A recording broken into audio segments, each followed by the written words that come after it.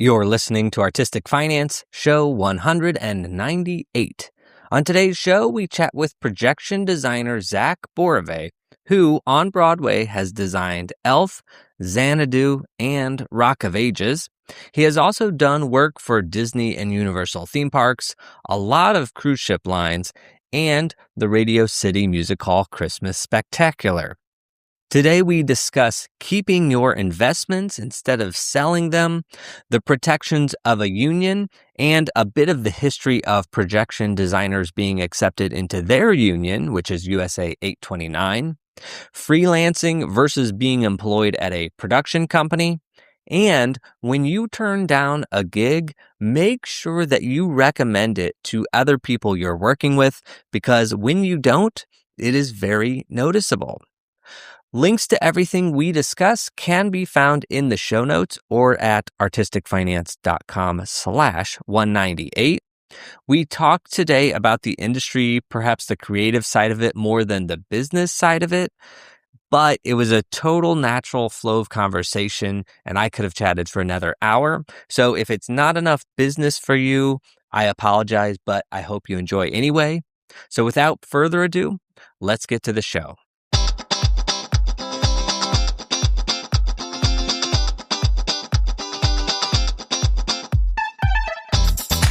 You are listening to Artistic Finance, where we help creatives learn about the business of show business.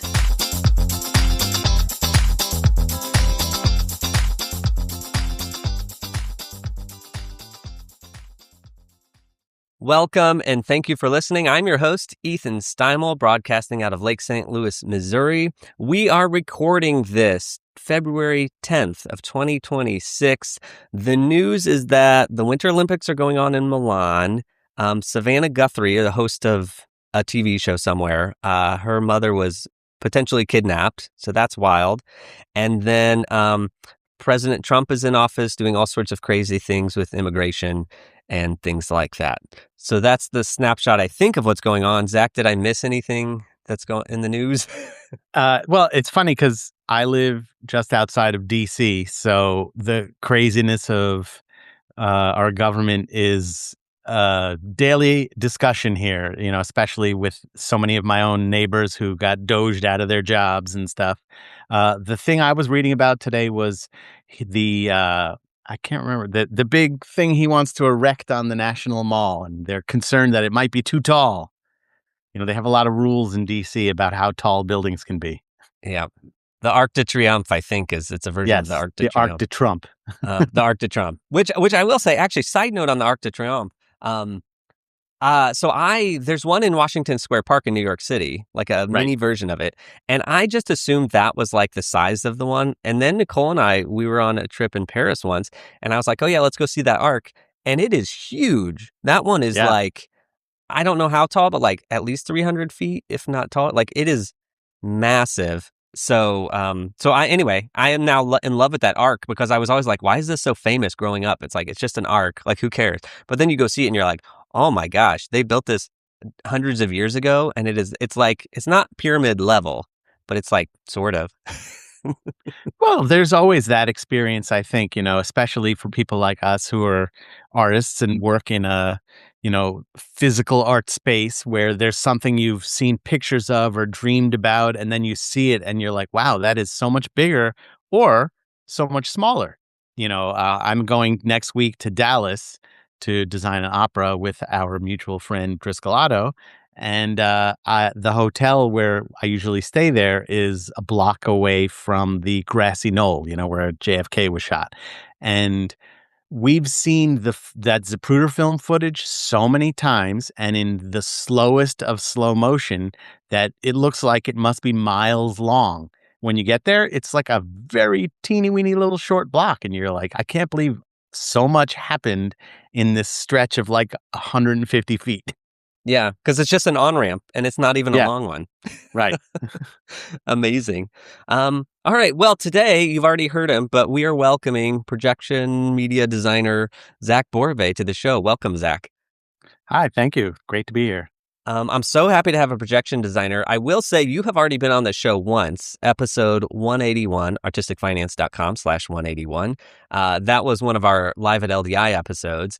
And then Yes. we did have, in episode 188, we had Sven Ortel, who's a projection designer. He did Sure. Little Mermaid on Broadway. And Newsies. And Newsies, yeah, the little shows like that. Yeah. And then in episode 93, way long ago, we had Kate Hevner, who is an incredible person. It was one of those people that I have never heard anybody say anything negative about. Now somebody's going to email me and say No, something. Kate is awesome. Yeah, you say the name and everyone's just like, love that person. What a Yeah. great person to work with. And they their claim to fame for me is that they were the U.S. video coordinate for Harry Potter and the Cursed Child on Broadway, which is just a really good show. Yeah. Kate is actually also really into like those like super intense board games. And the kind that you play with like a group of friends over the course of 6 months, and you're like you buy a special table to keep it on there. And I often, I'm very big on having different brain trusts in my life. And Kate is definitely part of my board game brain trust. And I was actually just texting with her yesterday when my 16-year-old was talking about playing a game called Democracy. I was like, Kate, what's this game? Should he be playing it? What is your thoughts on it? And it's because I trust her implicitly. I mean, I trust her implicitly in her artistic eye as well. But Of course. but it's always good to have a friend that has a separate field of expertise. Yeah. And also, it's funny you talk about parenting because that is my whole life right now with an almost 3-year-old. And you're saying 16-year-old. And I'm like, oh, he's a grown up by 16. I don't have to worry about him. And now I'm hearing, wait, you're still checking on what games he's playing at 16? Oh, man. Yeah. Well, it's funny. My 16-year-old, he looks like a man. He's very into jazz. He wants to be a jazz guitarist when he grows up. We can have a whole conversation about, is that actually a viable career in 2026? Yeah, in Europe, potentially. Yeah, there you go. Or in the cruise ship world, maybe, at least for now. But he looks like a man, and wherever he goes, they offer him alcohol, and when he goes on the public buses here, students are supposed to ride for free, and he's always having to show his ID to prove he's younger as opposed to proving he's older. So I will tell you that my experience so far as a parent is just that things evolve, but they don't go away. The concerns. All right. Not a problem I've ever had. Interesting. You'll have it eventually. Yeah. Zach, okay, so we've learned that you're in DC and you're a projection person, media person, and you have children. And I don't want to steal your thunder here, but I know of you as the projection media designer for Rock of Ages on Broadway. And Sure. because when I moved to New York, that was running for years and years and years. So it was like one of those staple shows that just was always there. Okay, so that's a little bit about you, but what else do we need to know about you as a human being or in your career? Sure. Well, I come from a family that was very big into education and theater. Both my parents were public school educators.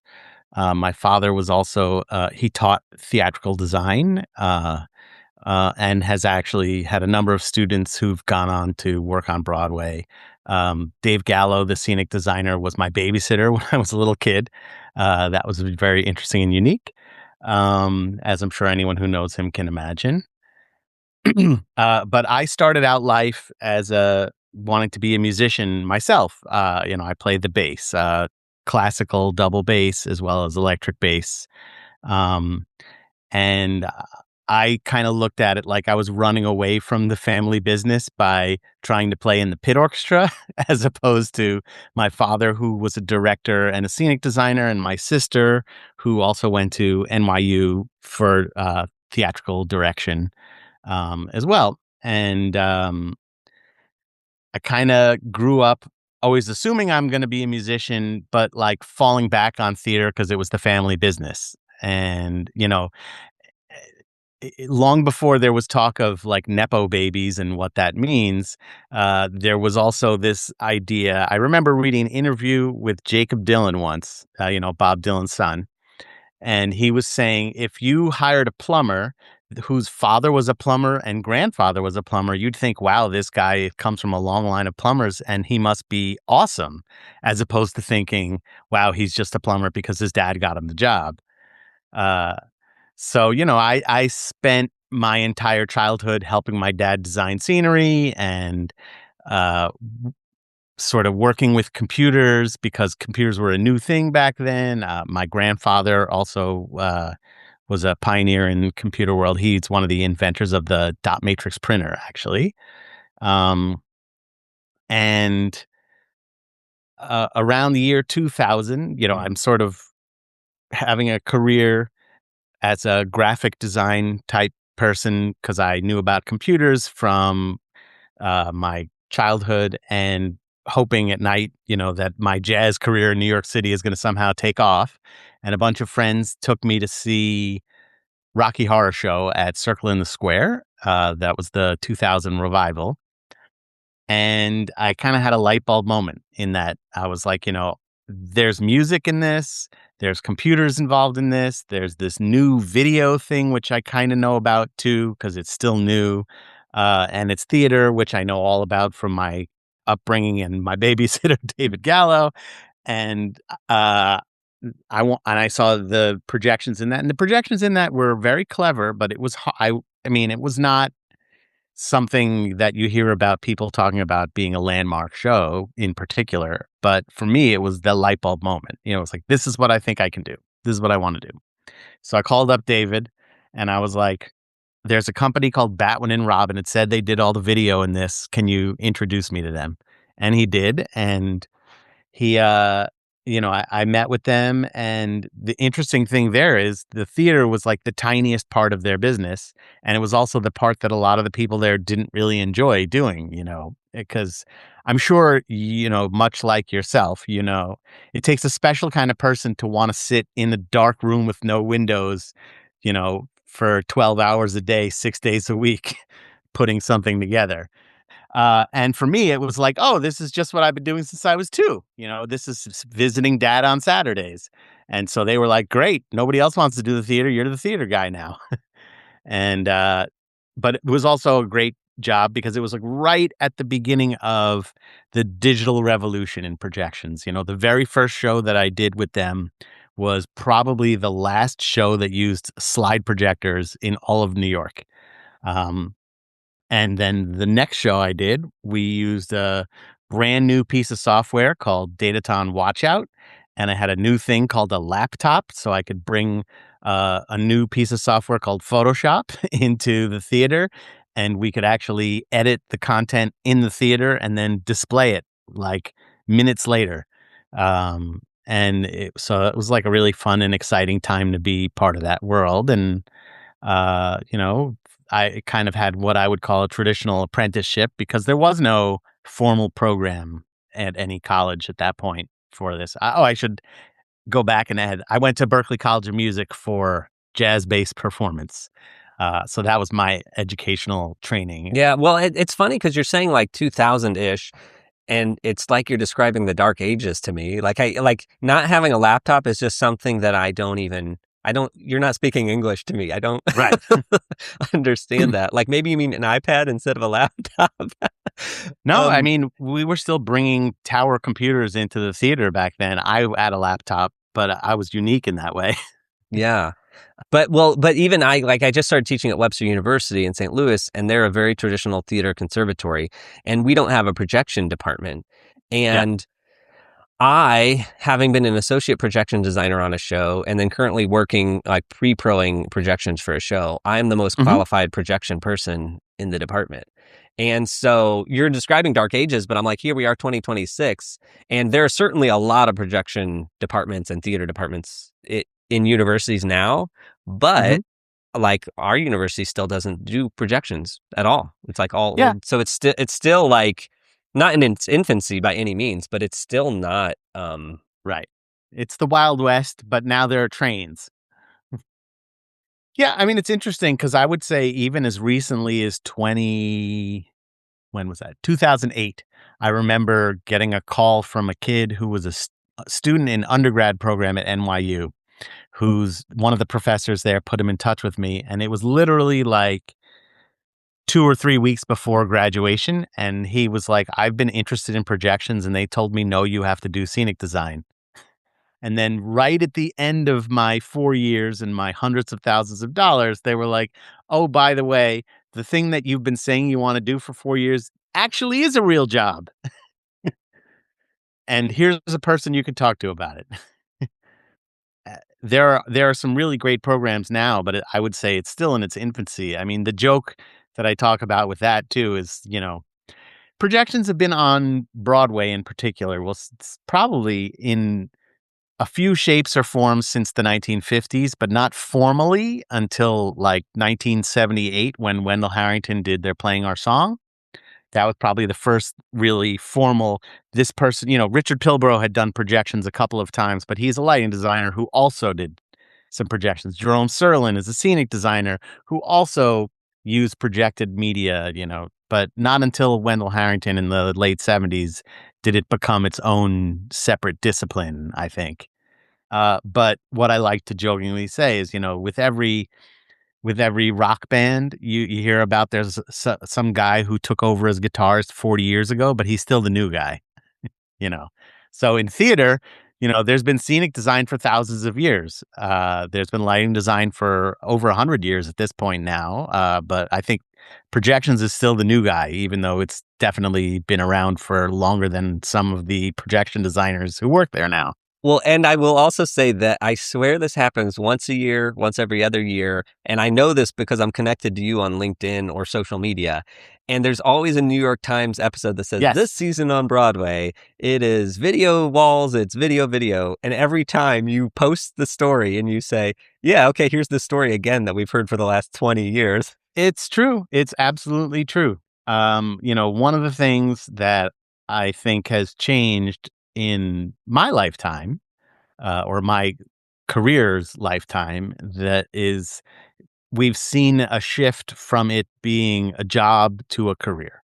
And I think that that's been a big change. And all these articles are great. And it's always lovely to call attention to people's work and the craft itself. But, getting it to a place where there's equality in terms of pay and in terms of gender hiring and things like that. Wendal Harrington goes by Wendal because she said in the 70s, no one would answer the phone when Wendy was calling.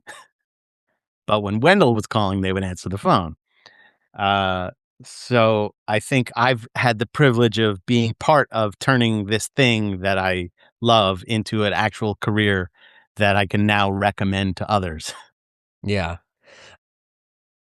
Speaking of your career, it sounded like that first job you got was an actual job, like a 9 to 5 job. Were you freelancing with them or were you? Yeah, but when I worked with Batman and Robin, they were it's a design firm. They're still around. Linda and Robin put together this organization after they did think that it was when they did the video elements for the Who's Tommy on Broadway in 1994. They had both come from working for these different experiential agencies. I think they worked for a company called Jack Morton, where they would help produce the multimedia aspects of live events. And I know Wendal Harrington did some of that kind of stuff as well. She also dabbled in concert design. Wendal is responsible for creating the imagery and the backdrops that are in the great Talking Heads movie Stop Making Sense. She did that tour. And the integration of moving images and slides and still images, still in its infancy, was really dipping into the corporate world for talent at the beginning, because that's where the people who knew how to do what this craft was were coming from. And as I was saying earlier, when I worked with Batman and Robin, technically it was a 9 to 5 job, but that when we did a show, I would work tech hours. So I'd be in the theater, 10 out of 12s. uh, and then on Mondays, when it was our day off, I'd come into the office to look at what other projects we were working on and how I could support them as well. Because we did corporate things, we did museum things, and what I always found really fascinating, was i- the theater was probably the smallest percentage of their paycheck, but was the stuff that got them all the other work. So you'd see, they did a huge museum for the Marine Corps that's actually down here in Virginia. And I remember some colonel or something was in the office trying to decide if he should go with Batman and Robin. And he saw imagery from the How to Succeed in Business they did with Matthew Broderick. And he was like, these guys worked with Ferris Bueller. That's what got them the gig. And, I was just talking about this with someone the other day that the theater work is the flashiest usually. It may not be the biggest paycheck, but the theater work is usually what gets you the other stuff. So how much of your career has been freelance versus working for production houses, et cetera? Well, I started out working for Batman and Robin. I worked for them for about 3 years, and then I went off on my own. I kind of At that time when I was young and hungry, I made a rule for myself that if I couldn't leave a full-time job until I had 3 freelance projects lined up in a row. For some reason, I decided that was like enough of a sign that things were going to be okay for me to take that leap of faith. And the other part of this that I was young enough and lucky enough that because there was no projection design category in the union at that time, when you're, I don't know, how old was I, 27 or 28 at the time? You're not really thinking about health insurance. You probably just assume it's something you get from your parents. And then, nowadays when you turn 26, you're like, oh, I better figure out how to get health insurance now because I can't get it from my parents anymore. I was lucky enough that Wendal Harrington had a company and she allowed me to buy some health insurance through her company. So that sort of floated me while I badgered the union for a couple of years into creating a category for projection designers. Because at that point, I was lucky enough to go freelance and have stuff coming in. And I was like, I'm working alongside all these other people who have a pension, who have health insurance, who have job safety and, protection things that I don't have access to, even though I'm doing the same amount of work as they are. I'm coming in the same hours. We're all working on the same project towards the same goal. I'm getting a fee that's similar to their fee, but I'm not, there's this union who's not willing to take a portion of my money and give me some health insurance in return. And luckily enough, when right before Rock of Ages moved to Broadway, which was in 2009, we created a category for projection designers with the union, and I helped them recruit the other 9 projection designers that they existed at the time. And Rock of Ages was actually the first show on Broadway for a projection designer to get a union contract.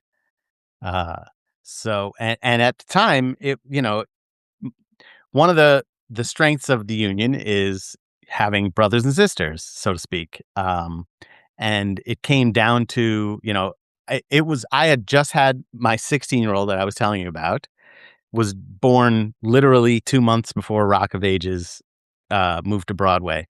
And I was telling the general manager, I was like, are you trying to tell me that this kid doesn't deserve to have health insurance? It came down to that. And ultimately what happened is the union pulled it together and we reached out to the scenic designer, the sound designer, the costume designer, and the lighting designer. And all of them came together and we said, if you don't give Zach a union contract, we're not doing the show. And at that point, they, were kind of backed into a corner because they couldn't not move forward and they didn't want to redo the entire thing. And so I got the contract and it became the first projection design contract ever on Broadway.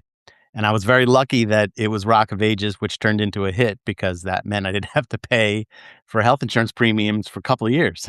Yeah, yeah. And was it the union that was the stumbling block? Was it USA 829, or was it the producers that were sort of the bigger? I mean, look, being a producer on Broadway can be a challenging job. And I know that there are some producers that I've worked with that are wonderful people.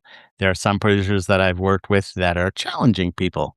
Um, the thing about contracts in general is that I think nobody wants to be the person that sets a precedent. So, after that, nobody had a problem with signing a USA agreement for a projection designer. Just nobody wanted to be the first person to do it. The union totally had our backs. It took a little while for me to convince them that this was a category that they should represent. Because it was also like, if we go in our wayback machine to 2008 or so, when my career on Broadway really took off, not every show had projections. And so there was sort of the concern of like, are we going to be putting in time and effort and collecting people's money in a place where this may not be worth the time and effort because it's not, really a thing. Fast forward to today, where now I think shows have projections that probably don't even need them, just because everyone assumes we better put projections into this because that's what people want.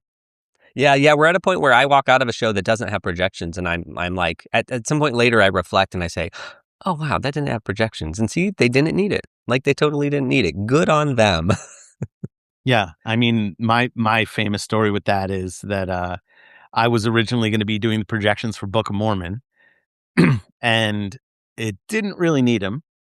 I totally, I do like to believe that had we gone forward with it, that we could have made it work. I'm sure I would have found a way to integrate them in a way that was appropriate. And then when we decided not to do them, of course, it was a little heartbreaking because I totally wanted to be working on that show. And I remember hearing from Brian McDevitt, the lighting designer, that there's one number in the show where the director and the writers kept coming up to him and saying, "Can you do blah, blah, blah?" And he was like, "No, that's projections." "What about, can you do blah, blah, blah?" "No, that would also be projections." You guys got rid of the projections. So Yeah.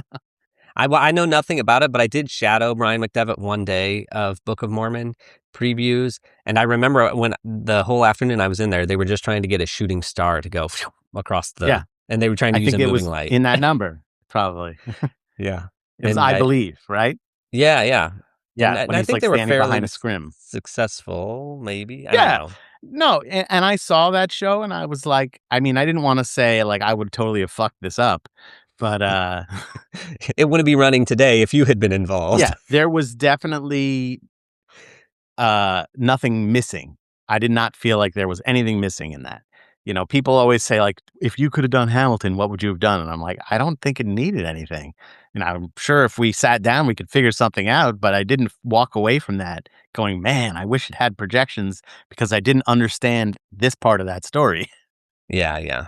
I feel like if Hamilton were to have projections today, it would be it would just be like the logo would be projected on the back wall. Yeah. Like like that would be the Totally. big thing that they That have was to the first have. thing that popped in my head. It could be dates and places, things like that.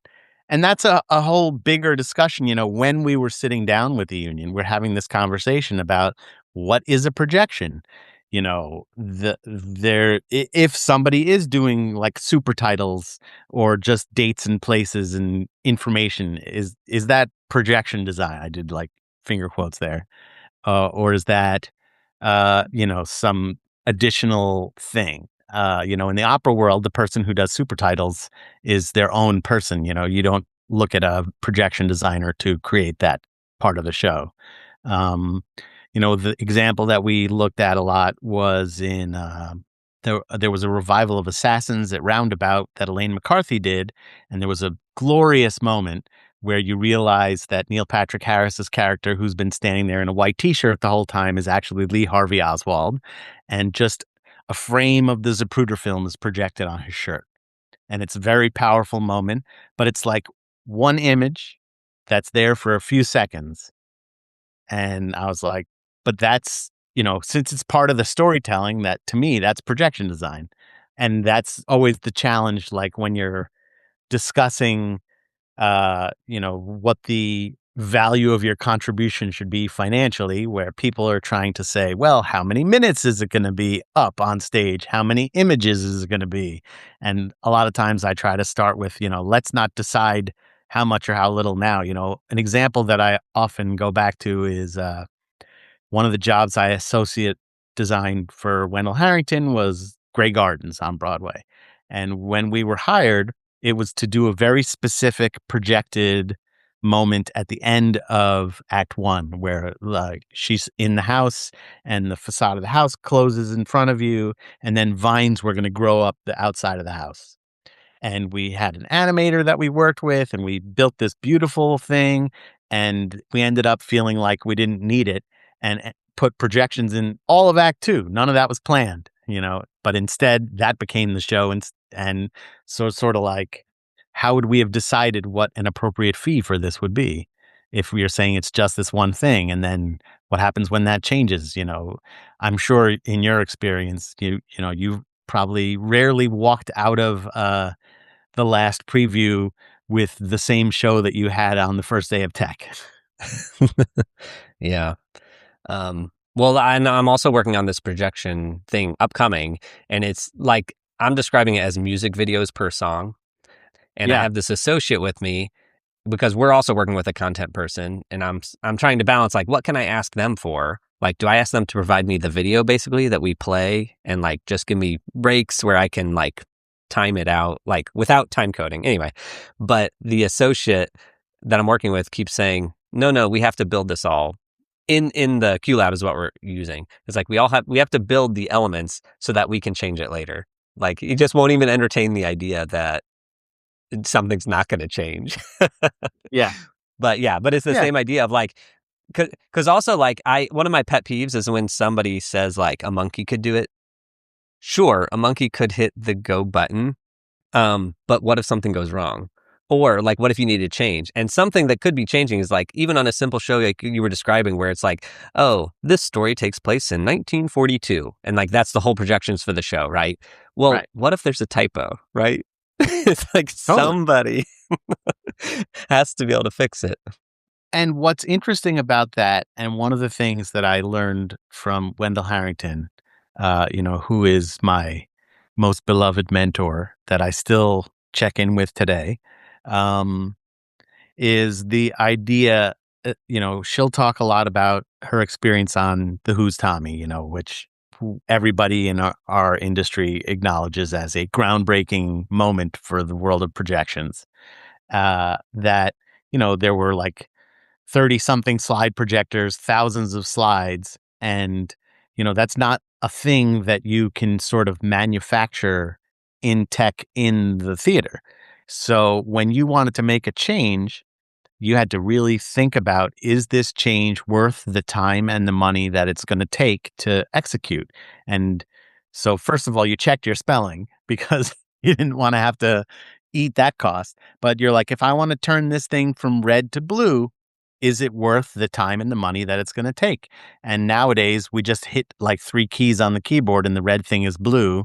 And I think sometimes that, not to say a monkey could do this, but that we sometimes let the machinery do it because, there's so much that this equipment can do on its own almost now. And that's not even getting into the world of AI even, I'm just talking about, these tools that have filters. You want to say, oh, I can make that be on fire. Sure. I can make that thing have a water ripple effect. Sure. But is it the right water effect? Is it the right flame effect? And I think nowadays there are people who don't think about things in terms of design like that because they know, oh, well, I have this toolkit that has a bunch of stuff that will just do it for me, and that'll be close enough. So it's like close enough design. Yeah. Speaking of, you're a podcast person, so you're on Light Talk podcast, and their most recent episode was with Bob Dickinson, the lighting designer for a lot of television. And in the interview, it's a two-part interview. He just keeps saying, "What does the story need?" Like, not what rig am I going to bring, not whatever, but like, how do I make decisions? Well, it's just what does the story need, and that's what I deal with. So I'm trying to internalize that forever for myself, of which I already have that aesthetic, but it's like, yeah, just because I'm using LED lights that can do anything they want, does the story just need white sunlight or white, like, Right. just Yeah, do I mean, what the story and I needs. think Yeah. that was sort of something that I learned from my dad growing up. We used to jokingly say my dad was the master of just enough scenery that he would, and a lot of it was born out of having to be clever because the budget was limited. So this scene really needs a chair, but does it need a table also? I don't know, things like that. And thinking about things in that economy of storytelling, like what do I need to give you? And I think for me, I also bring some of that from my musical training of like what notes do I need to play to help you understand what chord this is? What visual elements do you need to see to know we're in a living room, to know what year it is, to know what location it is, and and sometimes overwhelming the senses with visual imagery is part of the storytelling, and that's great. But there are other times where like a stool and a poster for the 1964 World's Fair are all you need to know that we're in Queens in the 60s in someone's kitchen. Yeah. Zach, we're gonna run out of time, so I better get to the Oh, sorry. the financial questions. All right, going back before your career started, growing up, did you have a good financial example? Yes and no. I think I had great financial examples. Both of my parents became educators. They're from their baby boomer generation where the idea of doing better than your parents was like a big thing. That every generation was trying to pass along their generational knowledge and wealth so that their children could exceed them. Uh, and both my parents went into education because they wanted to be members of a union. They wanted to have structured time off. They wanted to have a paycheck. They wanted to have pension. Um, and my parents were, I think, very smart when I was growing up about, I used to joke all the time about how we used to take vacations in Reading, Pennsylvania, and the reason is that in Reading, Pennsylvania is where all of the clothing manufacturers had outlet stores when I was a kid. And we would do our clothes shopping there instead of at the mall because it was a quarter of the price. And I was like, okay, this shirt has a weird stain in the back, but no one will know. Um, so I feel like my parents were very good about that. Of course, me wanting to be a jazz musician, I think I didn't really think so much about it in my late teens and early 20s about like how was I going to make money. I kind of always just was hoping that something would click and there'd be enough money coming in that I wouldn't have to worry about it. So it took me some time in the real world to learn how to be financially responsible for myself. Right at the start of your career when you were out on your own, what did your finances look like when you started? I paid my rent in cash because I knew that if I had $1,600 in cash in my apartment in an envelope, that I didn't have to worry about any of it not coming, any of it going missing, so to speak. So I think what I had to do to train myself was to be very rigid. And I'm also very grateful, when I got together with my now wife, that, she was like, no, no, no, no, no. You're going to have a regular checking bank account and you're going to do this and you're going to do that. And every week you'll put a little bit away. And, she really kind of helped teach me about how to be more responsible without worrying so much about it. I lived what I would call a cash life for quite a while, which I think a lot of young people in New York unfortunately do because, you know, it's can be scary, to especially when you have like roommates and you're worried that they might not come up with their part of the rent. So for me, there was something reassuring about knowing where the cash was for a little while. Okay, now in your life, do you think or do you worry about money on a daily basis? Well, as a parent, I think about it a lot. I have a son who wants to be a musician and he always needs accessories. There's camp, there's college. My older son is now starting to look at colleges.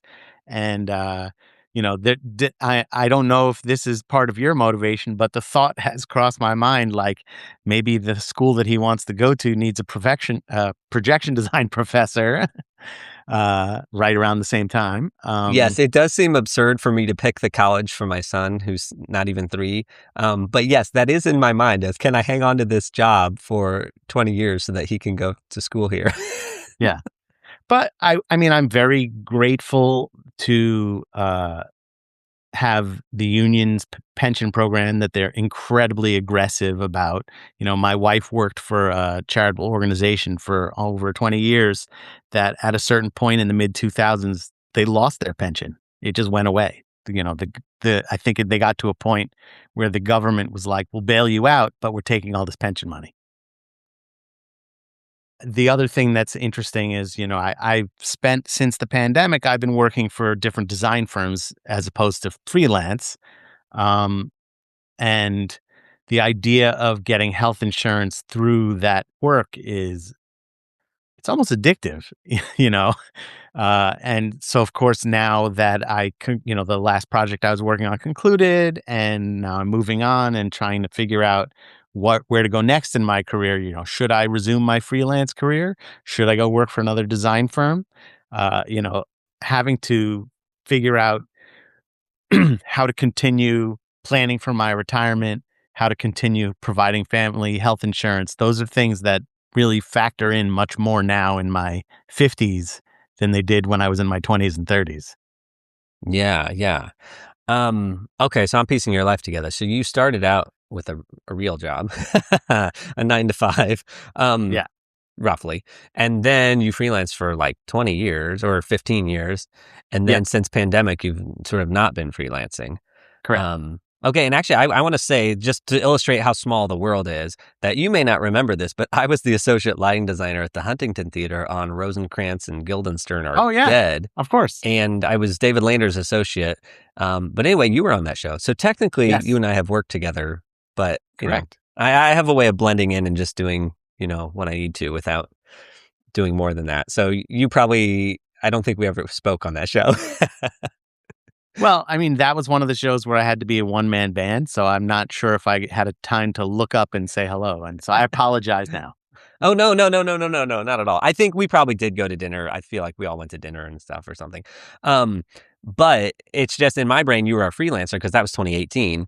But that was sort of at the end, I guess, of your freelance career, we'll Yeah, call I it. mean, the one thing that I've been trying to be smart about is that I sort of operate still kind of as a freelancer, but one of the things that I've done since that time when we collaborated in Boston is I've been doing a lot of theme park work. And, one of the things that a lot of people in our industry encounter is that there are certain types of projects where uh, it's appealing to hire a person because it seems almost more like artistic. It's a person. And then there are other projects where companies want to hire a company. And when you go to do a projection mapping show at Disney, they want to hire a company. I've been talking to them since 2014 about doing stuff for them, but it wasn't until the pandemic when I aligned myself with a design firm that I actually had the infrastructure to sort of move forward with a big company like Disney, where you need things like insurance, which I know you've talked about on your show, and some of them want to see that you have payroll and that you can handle workman's comp and blah blah blah. And the reality is, you're still doing the same kind of work, but they're looking for a different kind of infrastructure for the way you operate your business. A lot of it is for the just in case stuff. And that's definitely something that I'm thinking about now as I weigh my options for moving forward is, do I want to continue my freelance career, but to become my own business? as opposed to just being Zach, the designer. Yeah. I mean, for me, I had a LLC because everyone's like, oh, open up an LLC, blah, blah, blah, blah, blah. But I never used it. So I had it for like 15 years and I never used it. And I finally recently closed it. But the reason I took it on, I was like, oh, I can maybe get different jobs because I will be organized and I can get insurance and all this other stuff. But then I never did that because that's still like a lot of work and almost like my brain has to jump into that brain space of like, oh no, you're a business now. And I never jumped to that because it was like a lot of work and also just not where I was like my career went. It's definitely a challenge, because I feel like in my own career, like I don't want to not do the creative design work, but even having worked for these other design firms, in the roles that I've had, there's a lot of business development stuff that I've had to do, and learn a lot about, which has been thrilling and interesting and definitely something to continue in my career.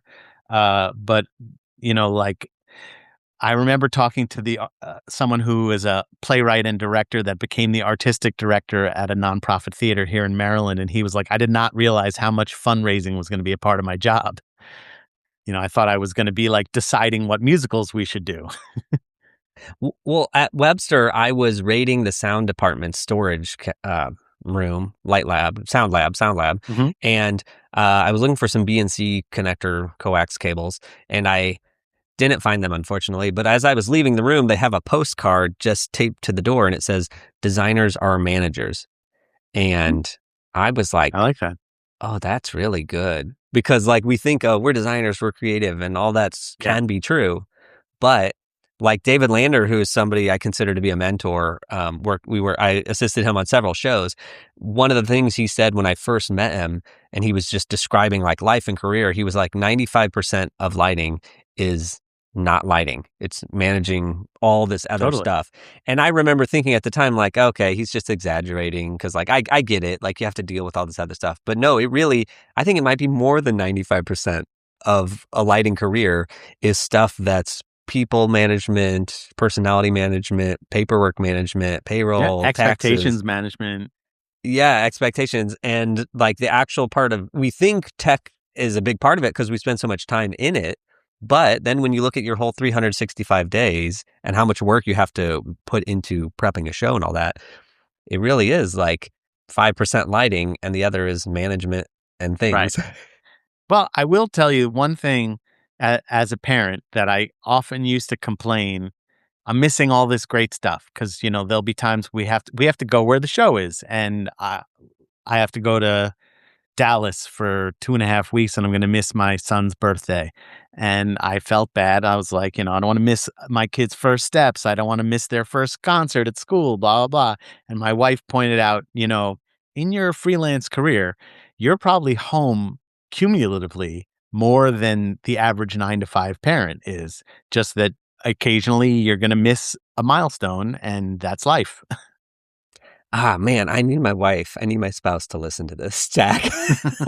Because that's what I want to say to them sometimes is like, yes, I do go out of town where I am gone for 10 days straight. But when I am home, I'm like home and I'm working from the laptop at home. Totally. But anyway. But then the flip side of that is like everyone assumes when you're home that it's like good time, dad, fun, whatever. And there's all the manager things you have to still do, like the prep's not going to prep itself. The gigs aren't going to if you're lucky, you might get some calls, but you still have to do some legwork. So like the kids come into my room after school when they get home and I'm like, get out of here, guys. I'm recording a podcast. Yeah, no, I know. Because I live in a life where my students, they don't say anything, but I know I look like a zombie who's not getting sleep. and I just want to say to them, yeah, it's because I'm living my life 10 to 1 or 2. Like that's the time where I get to myself and I can do the drafting and do the prep work and do the emails.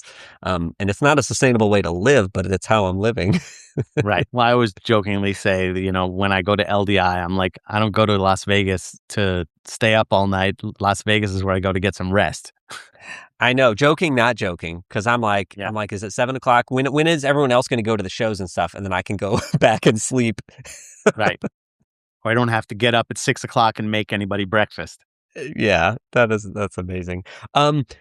Zach, do you currently in your life have any debts like student loans or medical debt or credit card debt, a mortgage maybe? Do you have things that you're indebted for? Yes, we have a mortgage. We have some credit card debt. It was my younger son just had his bar mitzvah, so that was not cheap. I was very blessed to not have any student debt. I was very serious and my musical career in my youth and was lucky enough to get a scholarship to Berkeley for that. Amazing. I remember, one of my first gigs out of grad school, I was in Dallas dog sitting, and the neighbor of the people I was dog sitting, they were like, hey, oboist, when you have a kid, make them an oboist, because my kid's an oboist, and they had like 10 different schools that offered them full rides. Sure. So, yeah, that's good for you and your musical scholarship. Yes. Okay. How about this question?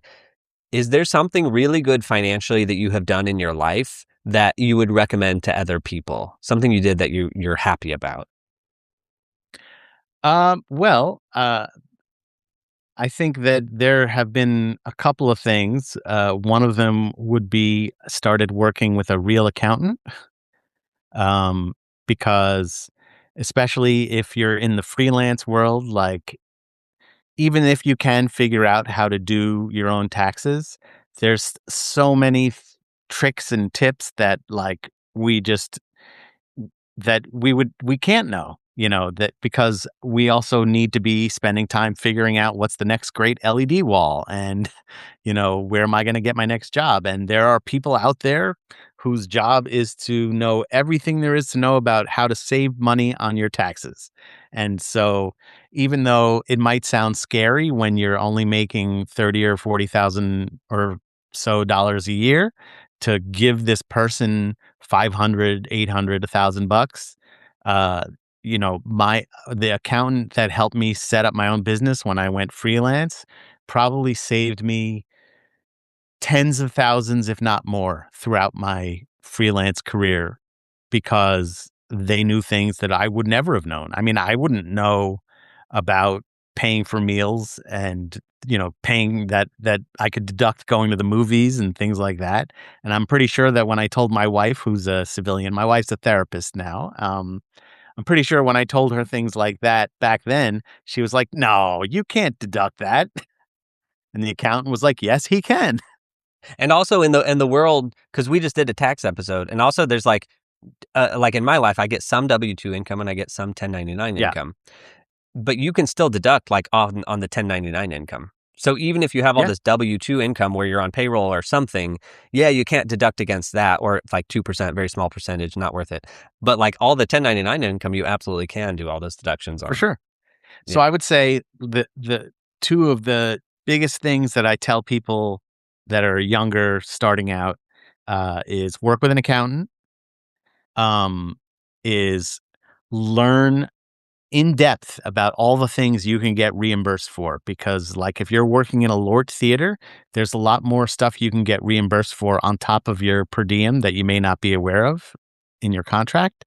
And also learn how to work all the points, rewards, and miles stuff, because you're going to go work in some place in the middle of nowhere, but you're going to stay in a Marriott branded hotel for 2 weeks. Why not get those points on someone else's dime? Oh, you and the points. I still stand by. I just hate points. I just hate all of it. I know the benefits, but I just hate that we live in a world that has points for everything. Yeah. I mean, when your kid is older and you want to take a family vacation, you'll appreciate it. Yeah. No, we are. I think I've talked about this on the show like 3 years ago. We had a points episode where some guy went through points, which was wonderful. I learned a lot. Didn't take any action, and I still am just building up the points. Like my wife and I, it's like a thing. Like we just have never used the points. And one day, Zach, yes, when we want to take a vacation, it's going to happen and I'll feel good, I think. Yeah. Or like, get a credit card with points. And then one day when your laptop dies, you'll go, oh my God, I have enough Amex points to get a new one. Yeah. Yeah. So the reverse of that question, what is a bad financial thing you've done or something you regret that you would caution other people? Try not to do that. We had a little bit of a stock portfolio and we sold some of that stock when we were in need of cash. And, I mean, it's one of those things, it's always a gamble. You never really know. But had we hung on to that, probably could have retired now instead. So I would say, and again, that was also stuff that I did before I had the accountant. So, working with an accountant to, make sure that you don't make stupid mistakes and, like what I did. Cause I didn't know I was not only going to lose out on potential future income from this, but that I was going to have to pay taxes on what I made. I didn't know that at the time. So I would say that's probably one of the biggest things because, especially when you're a parent and, there's people coming at you left and right. I need $20 for the book club and I need $50 for your kid to be on the basketball team and lunch costs this. And you're just like, oh shit, I'm going to need an extra $5,000. What do I do? And I was like, oh, I guess I could sell some of that stock. Yeah, yeah. No, that's good to know. Like basically, that's the. I still think stocks are a scam too, but but a useful scam for all of us. Well, here I'll give you a hint. It was Apple stock. I was thinking it was Coca-Cola, but okay, yeah, Apple. Yeah. Well, I mean, that's an internal thing because it's like with stocks, it's like, well, basically the answer is buy it and never let it go. But then it could have been Enron stock. Right. Sure. So it could have been like a better thing. But I will say Brad Gray, he was on a few weeks ago and he bought a house. And when you first buy your house, you can take your retirement money out. Right. That's one of the exceptions to the rule. So they will let you take out your money early to buy a house. And so he did it. And he just said, like, in hindsight, he's like, yeah, I made the decision. Maybe I would have done it again. But also, like, if you cannot take your stocks out to sell them, especially in a retirement account, he was like, don't do it. Like that was not just because they'll let you do it. Like the things you're losing out on, like you're losing out on the growth that would have happened. And sometimes you have to pay it back. And I mean, we made a decision when our kids were in private elementary school. You can take out the money that I think that this is something that the first Trump administration deregulated, where you could use college money without a penalty for private school tuition. And we did a little bit of that. And I don't regret it yet, but I'm sure in 2 years when my son is ready for college, I will. It's going to be like that Chris Rock joke where he talks about you have the friend that he lent $50 to, and then a couple years later, they never paid you back. And they're like, hey, guess what? I'm buying a house. And he's like, yeah, but you're going to be $50 short, right? Yeah. Well, that's another scam. The USA 820, or not the USA, the 829. Wait. Yeah. The 521, the education fund. What we can think of the name of that. What is that called? 501. I think it's something like that. There was actually a big controversial crisis with that in Maryland a couple of years ago, and I had a friend whose son was going to college and he was not able to access the funds for a whole year. Oh wow. So 529 plan. 529 educational plan. So Theo has his is bigger than his. So we have two accounts for him, right? Just regular bank account. And by regular bank account, this is TMI, but I have it in the S&P 500. So it's a brokerage account. But for all intents and purposes, until he's 18, we're just considering that his bank account. So if he gets money for a birthday, it goes into that account. Then his mom and I, we have a 529 plan, education plan. And the reason is eventually, if we don't use it all for education, part of it can become a Roth IRA and blah, blah, blah. So there's like tax advantages to doing it there. Mm-hmm. So that 529 plan is larger than his bank account, which is all fine. But yes, you can do things like pay for additional school or whatever. So you're like, I don't regret it yet, but I probably will. But I think not, because the 529, there's so many limitations to it. Like, yes, you can use it on education, and you can use it on like a laptop for school. Like that counts as education. Right. So there is a lot you can do it. But my hope is that he's not going to need it for another 15 years. And I hope we keep contributing every year. And so I hope that the money grows to an amount. This is my hope and dream, is that amount will be more than he needs for college. And so I don't think we're going to, like, my hope is that we don't use it all. So I'm saying to you, I think it's good that you used it when you were able to, because in my brain, it's like there's so many stipulations to it. If you can use it for what it's intended to, like, I think that's a good thing. Well, you heard it here first, folks. So, I'm absolved. Well, but what's interesting about that, I think that what you just said there is really the goal with any of these things is like, the hope is that when we get to a certain age, the challenge for all of us in the theater world, this is the Artistic Finance Podcast, is a lot, hopefully we're all doing this because we're passionate about it. And sometimes we need this kind of advice and these tutorials because a lot of us are so passionate about creating art that we would let ourselves get taken advantage of if we didn't have these protections in place.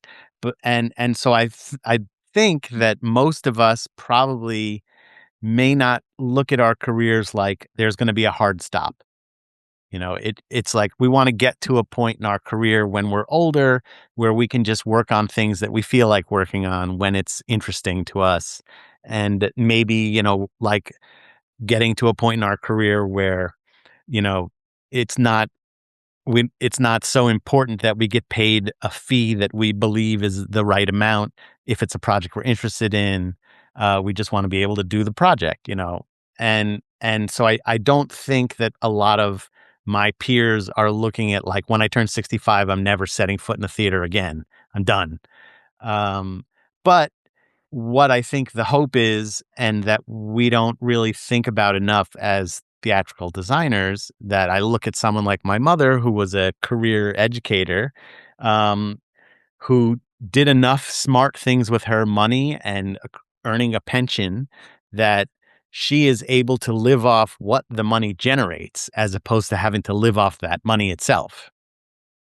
And I think, so I would hope that for your son too, like in a lot of ways, part of why I do regret cashing out some of those stocks is that someday, you want to live off of what they generate, the dividends and things like that, as opposed to having to, I mean, it's great if you have a giant pile of something that you can liquidate later and then have a surge of cash, because like if I'm 80 years old, I'm not saving for the next 50 years, probably. I'm saving for the next 10 years. But making decisions that are hopefully going to generate money as opposed to just saving money, I think is really the goal at this point. And, one of the things that's also really great for our children is I see that, like, for my older son, his school offers a course in financial literacy. They didn't have anything like that when I was a kid. Yeah, I'm noticing that here in Missouri, one of my nieces and nephews in high school. I saw their homework one day, and it was like this financial, like not balancing a checkbook, but something like that. And I was like, "Oh my gosh, what is this?" And they're like, "Yeah, I have to take a course on this." And I was like, Yeah, "This is amazing." no, Yeah. it's great. I always joke about my sister went to NYU for 4 years to become a theatrical director, and never once did she learn anything about how to make a budget. And so I think the first project she worked on after she got out of school, when they were like, "You're out of money," she was like, "What do you mean I'm out of money?" There was a specific amount of money that I had to spend, and that was it. Yeah, yeah. And also, just tying into all this is compound interest. So we did a whole episode on compound interest, but that is one of those things that, Brad Gray saying, don't pull out the money if you don't have to. And you're saying it too, like, don't sell it off because of the returns. Like, the compound interest is a whole thing that you just need to know as part of your life. And like, as you're putting your money aside or saving for retirement, you just have to keep in mind compound interest. Like the littlest thing, like every little step helps. So like if I can do a little, like don't make a decision that's like, I'm not going to set up the account because I only have $5 right now. It's like, no, take that $5 and put it in because compound interest, and then take $5 later and do it. So like in my brain, no decision is too small. Like it's just about setting up the processes, but don't avoid it or don't not do it. And then just learn about compound interest, because like that is something that can help you. Like the more time you have, more helpful. Yeah. And when you're saying like no decision is too small, I think it's important to really sit and think about, the idea of living below your means, and there are going to be certain aspects of your life that are personalized to you. Like I know I hate flying, but it's inevitable that we have to fly for the work that we do. And that sometimes I have to pay for the flight, that I need to fly direct because I hate flying so much that the idea of getting off a plane and back on a plane 2 hours later in the same day is unpleasant enough to me that I make that a priority. So, okay, if I want to try to live below my means, where else can I plug that in if I know that I'm going to be always flying direct, which is going to end up costing more sometimes? Maybe I'll stay in a hotel where it has a kitchen and then I can make my own food instead of go out for every meal and stuff like that. Thinking about how to spend wisely and, hoping that I'm modeling that behavior for my kids too, so that even if they go into a totally different career, that they'll understand these things about having your money working for you and not always, you know, I said my younger son just had his bar mitzvah, and he, like many kids who just had their bar mitzvah, he now has a pile of cash and he just wants to like go buy Pokemon cards and a 3D printer and a new drum set. And I'm like, let's think about what you really can do with this stuff. One of the things that my wife and I really impressed upon him is we want to take a percentage of this and, donate it somewhere, pick a charity that you think is interesting and learn about that. Things like that. If you have a way to give back, that's a good opportunity to do that too. Yeah. And this is just total tangent, but if you want to be like, I don't know, give back. On one of our episodes, we discussed about like college scholarships, and we learned that $25,000 roughly is what it takes to endow a scholarship. So if you ever have $25,000 and you want a scholarship somewhere, you can set it up, and that's enough to sustain it for like a little bit, or like for perpetuity. So I'm just saying, if like that's not an like unreasonable, like yes, it's a new car, but if you already have a car and you're like, I want to do something good and I want to be able to control it. I don't know. This is like one of my hopes and dreams, is that Nicole and I will take $25,000 at some point, or like If I had sold the stock when I was 80, that's what I could have done with it. But like you can do a good thing with a small-ish amount of money. Cool. All right, Zach, in your life, in your career, and you can decide on this on like a full-time gig or a freelance gig, and we can skip Rock of Ages because that's probably the answer here. But what job of yours has been the most well compensated? Well, Rock of Ages evolved, so it wasn't necessarily the most well compensated at first. It was just one that had sustained income over a period of time, which was nice. I would probably say the theme park things are the most well compensated. Okay. And with Rock of Ages, actually, just as an example, because I just know of it as a Broadway show. And also, speaking of Driscoll Otto, you mentioned him earlier. I was his assistant lighting designer for Rock of Ages in Manila. They did it in Manila, Philippines. Yeah. So that was like 2014. Is that where they stole the lighting console in the middle of tech? Well, borrowed, Yeah, like one day it was gone. Okay. Oh, no, that's not it. That's not it. But, okay. This is like too minutia here. But they were using an Avo Pearl or like a roll slider desk to do, anyway, you can't do theater on like a roll, like where the operator has to roll to the next page and then hit go. Anyway, they were trying to do that. So we swapped out for a Grand MA halfway through tech.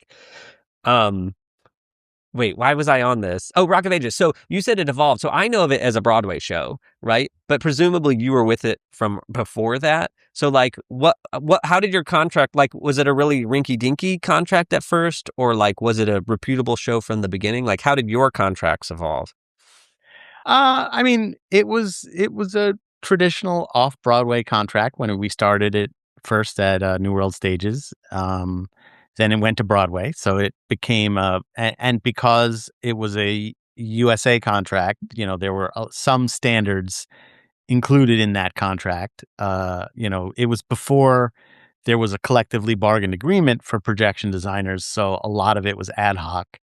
But I would say it was a pretty formal contract. Okay. So at New World Stages, were you on a USA sheet there? No, Or okay. yeah, I was not at New World Stages. So you were just I on think, like a generic deal sheet that we would get that says like, you're going to do projections for this show. Here's your fee. yeah. I mean, I'll give you the very brief history of the union contract stuff. Is I did cater to fair at the Old Globe. They gave me a union contract, not knowing that they didn't have to, and then begged me to not tell anyone. When it came to Broadway, they wouldn't give me a USA contract for Broadway for cater to fair. And that was the last USA contract that I think I got for about a year until Rock of Ages came to Broadway. But, I had an agent and the contracts were still all the boilerplate gobbledygook that you see in a contract, except that it didn't have specific language or protection. I mean, I can tell you as an example, I also before Rock of Ages, I designed Xanadu on Broadway, and I don't know if you've ever talked about this, but when you're working on a Broadway show and you get a weekly residual, that the producers can ask for something called waivers, and what that means is, gross wasn't great this week, so we're asking the people who get royalties to skip their royalties for a certain period of time, and the union usually negotiates how long can you ask for waivers before it's like time to just close the show. And because I wasn't in the union at the time and didn't have a union contract, the producers didn't have to adhere to the same rules for me as everybody else. So I think everyone went on 5 weeks of waivers, but for me it was more like 12 because I didn't have that collectively bargained agreement that said you have to give Zach the same opportunities and whatever as the other guys.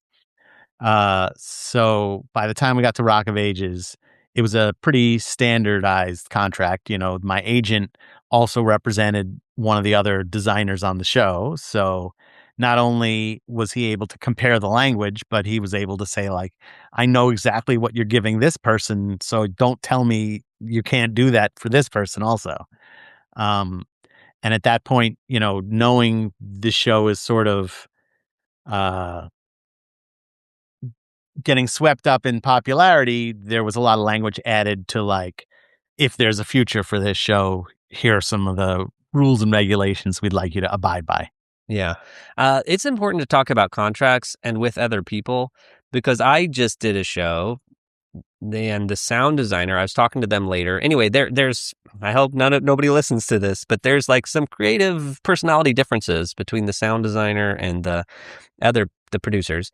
And I said to the sound designer, because they were like not wanting to share some of their files or something for some reason. Mm-hmm. And I was like, hey, why, like, we're trying to get to the next show, like get to the next version. Like, I feel like you should sort of share the things. I understand creative protections and all that.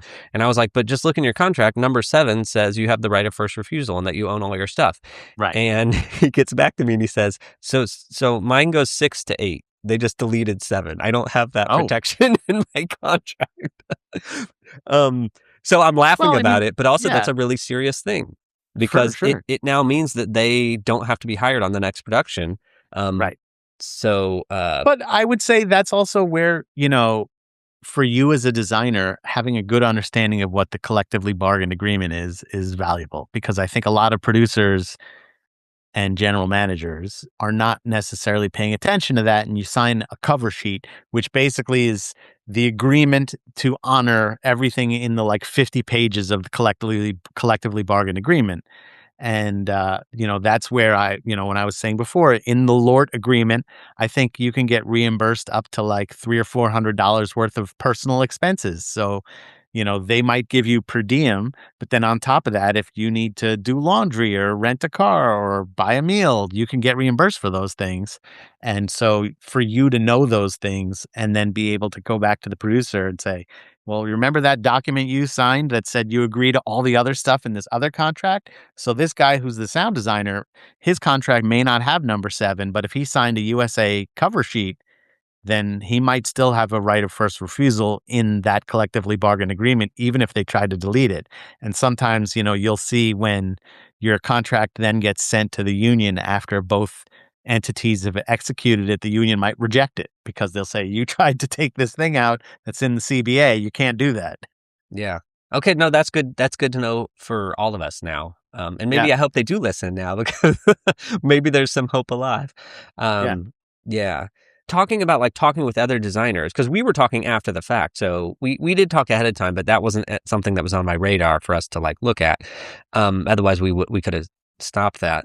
But when you like this upcoming show you have in Dallas or whatever, as an example, you don't have to talk about it, but do you talk with other designers and or other associates and assistants that you might have?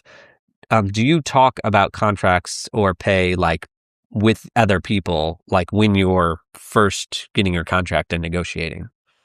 I do. I mean, I'm a big proponent of salary transparency. I think the challenge there is like, we try not to talk about it too much in front of the kids because like I don't need my kids going around telling everyone how much I'm making, nor do I want them to really be thinking about things or worrying about things that they don't need to worry about. But part of my career is also being a mentor. And so, Wendal Harrington taught me how the business works.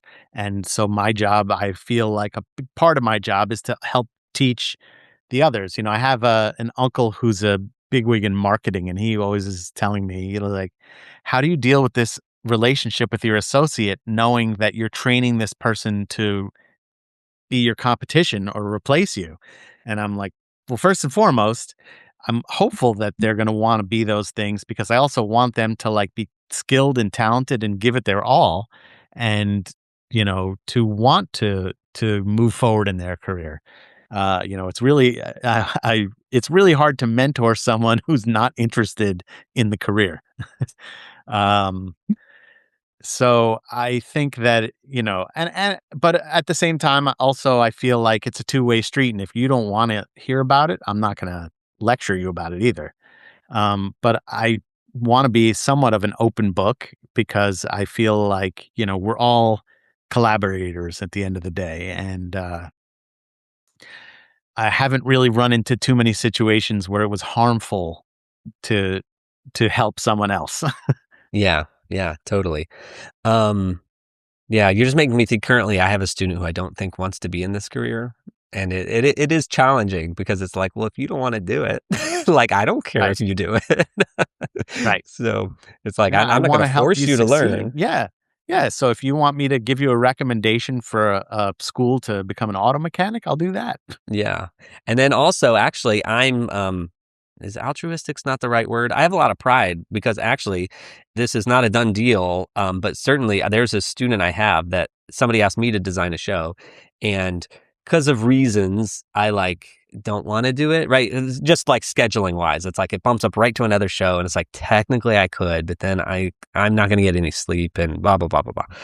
And then they also don't want to pay anybody to do the show. Like it's this bizarre situation. More of the story is that I am going to attempt to hand off the design of the show to my student and say, why don't you hire my student? And like, yeah, it's like, yeah, okay, I may never work for this company again because I've handed them off to somebody who will do it cheaper and do more. Like they'll be the production electrician as well. But yeah, so that is one part of the equation that I'm like, oh, am I handing off my future work? But on the flip side, I'm like, the world is big. There's a lot of work going around. And what a great opportunity for this student. And maybe they do become that designer over at that theater company. And that's wonderful. And I love that. So yeah, I never really, yes, would like, if you have the next Hamilton and my student gets it over me because of this, that would be super bummer for me. I'd be sad for the rest of my life. On the flip side, like, that's okay. Like, it's like we're all in this together in a weird way. Well, but I'll give you an example of the opposite.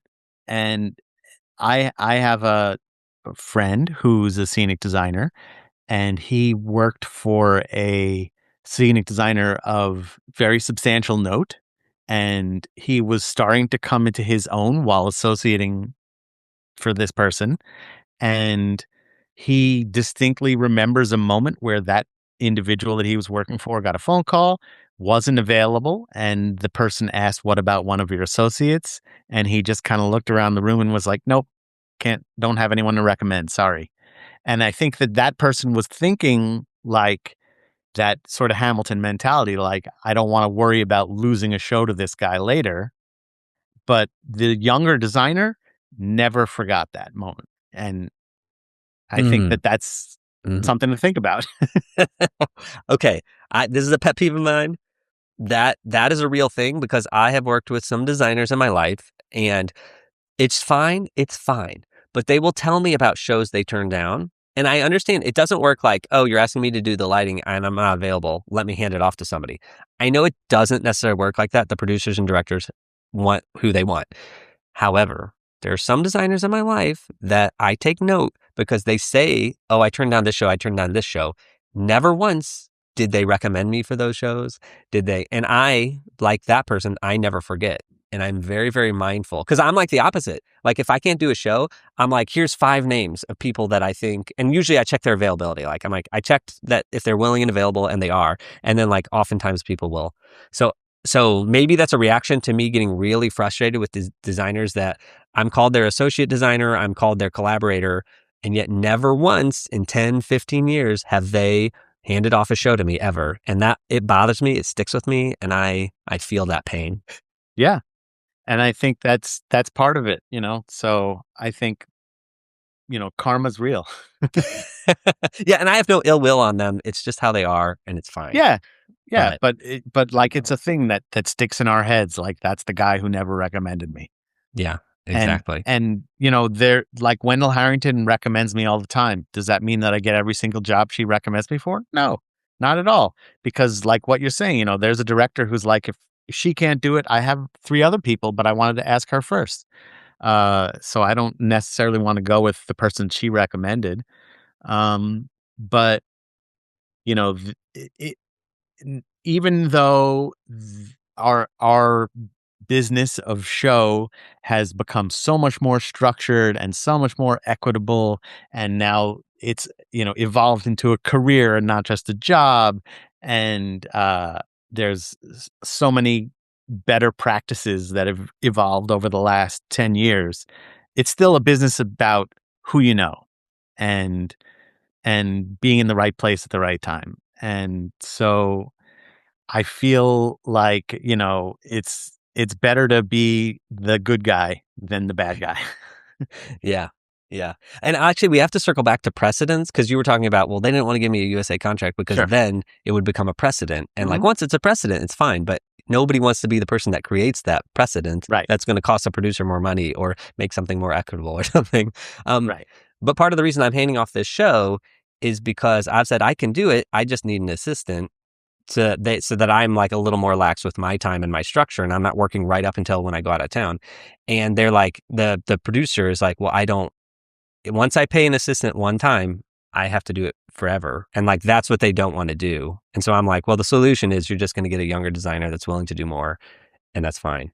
But that precedent thing is really real, and they directly told me that. They were like, I can't do it. I just refuse. Like because I was like, let's just rearrange the budget numbers. I was like, you have all the money Yeah. there, and they were like, no, we can't rearrange it because then it's a precedent. And I'm just like, Right.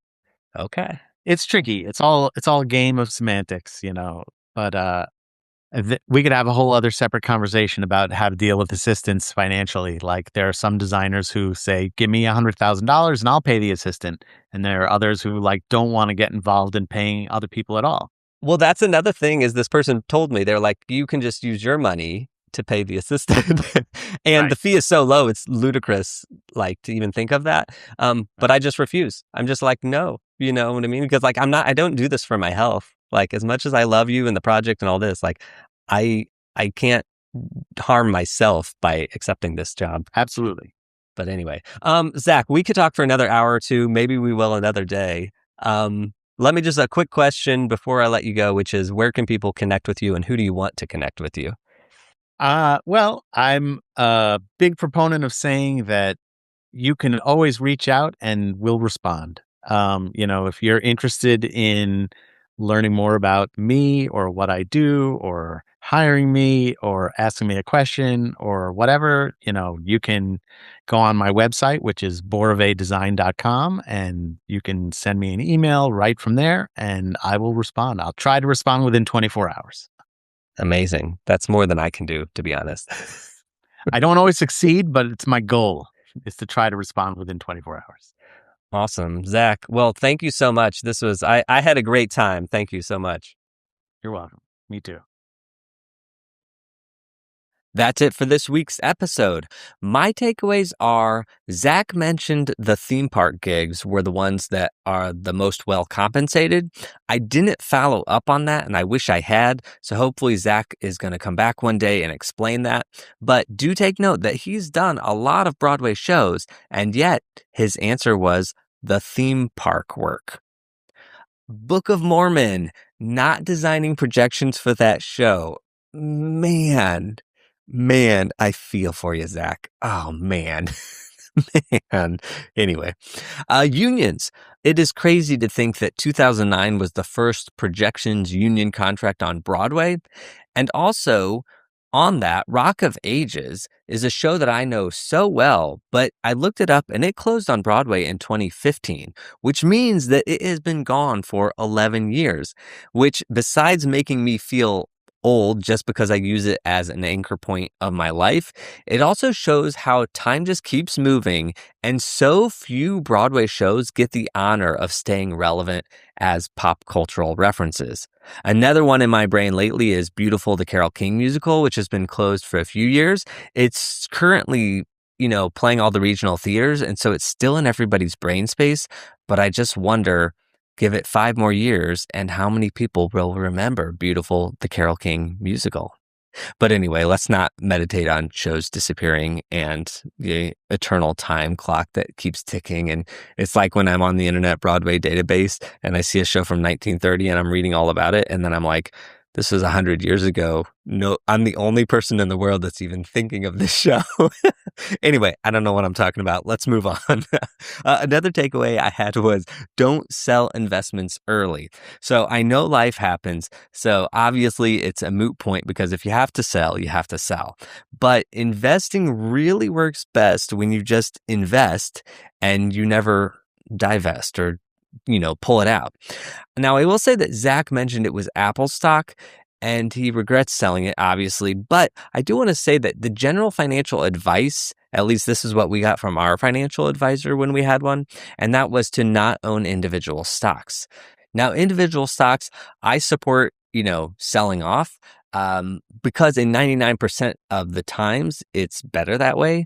And this is something that I have learned by investing for the Artistic Finance 6K episodes, is that the individual stocks can just disappear.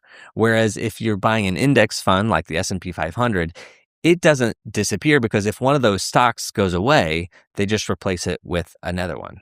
But anyway, I'm not one to tell you don't sell a stock to go buy a bottle of wine to enjoy today, instead of saving for the future, because I do think living in the moment is good. I think a lot of us, myself, I think I don't do it as much. But anyway, the takeaway here is that this is another person saying, hang on to the investments if you can. And my final takeaway is not recommending other people to design shows that you can't take. Now, clearly this is a personal nerve for me, but when you don't recommend somebody, the vibe is that you don't think they're talented enough, which is very rude, or you don't want them to succeed, which is also rude. Or maybe you just worry that their personality won't reflect well enough on you, which I get is self-preservation, but it's still rude, because you could just throw in the caveat of, you might not like working with this person, or their aesthetic is not very good. You can throw that in and still recommend them, versus letting that a director or producer just go off and find some random person. So anyway, I was just really glad that Zach brought that up. It's just something I very much relate to. I do try to recommend people as much as possible, and I think a lot of people I know do that. And so if you're listening to this, you continue to do that. Don't just not recommend people, because I have been burned by recommending people. So it is very easy to just be like, I'm not going to recommend people, but do it, because I think 90% of the time, people, both who you recommend for and who you recommend to, are happy. All right, that's all I have for today. If you are a patron, thank you for supporting these interviews. If you are not a patron and you want to support these conversations going on, the best way for me is by becoming a patron, and you can do that at patreon.com/artisticfinance.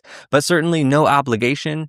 But if you are a patron, thank you for being that positive influence in my life. I don't deserve you, but I do love you, and I appreciate you. That's it for today. Until next time, break a leg.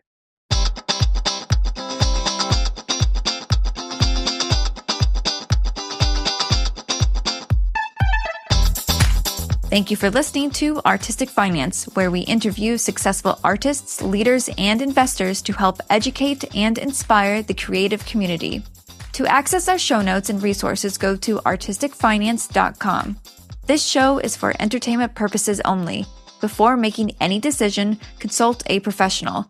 This show is copyrighted by Artistic Finance. Written permission must be granted before syndication or rebroadcasting.